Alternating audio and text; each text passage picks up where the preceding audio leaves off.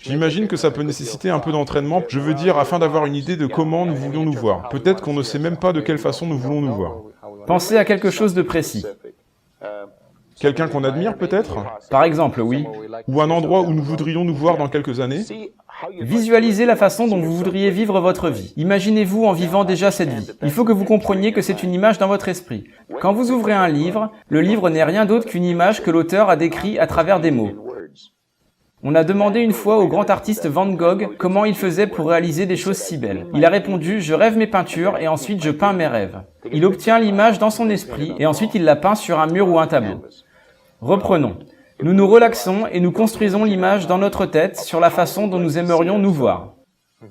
La façon dont nous voudrions nous voir nous comporter dans la vie, dans les relations avec les autres personnes, notre vie sociale, nous voir dans le métier que nous voulons, la façon dont nous voulons faire nos présentations de marketing dans le cas où nous voulons être dans le domaine de la vente, etc. Et ensuite, vous prenez cette image, vous la décrivez et vous l'écrivez en utilisant des phrases au présent. Par exemple, « Je suis tellement heureux que je me vois » et écrivez tout ça. Je sais que beaucoup de gens vont rire à cette méthode et dire que ça n'a aucun sens. Mais ça a énormément de sens. Ces personnes ne peuvent pas vous dire pourquoi ça n'a aucun sens. Moi, je pourrais passer des heures à vous expliquer pourquoi ça a du sens, et je pourrais l'expliquer avec tellement de détails que tout le monde comprendrait.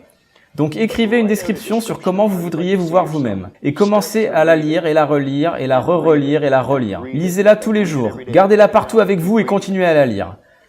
Le point primordial que tous les grands enseignants ont évoqué au cours de l'histoire, et ils ont tous été unanimes à ce sujet, c'est que nous devenons ce à quoi nous pensons.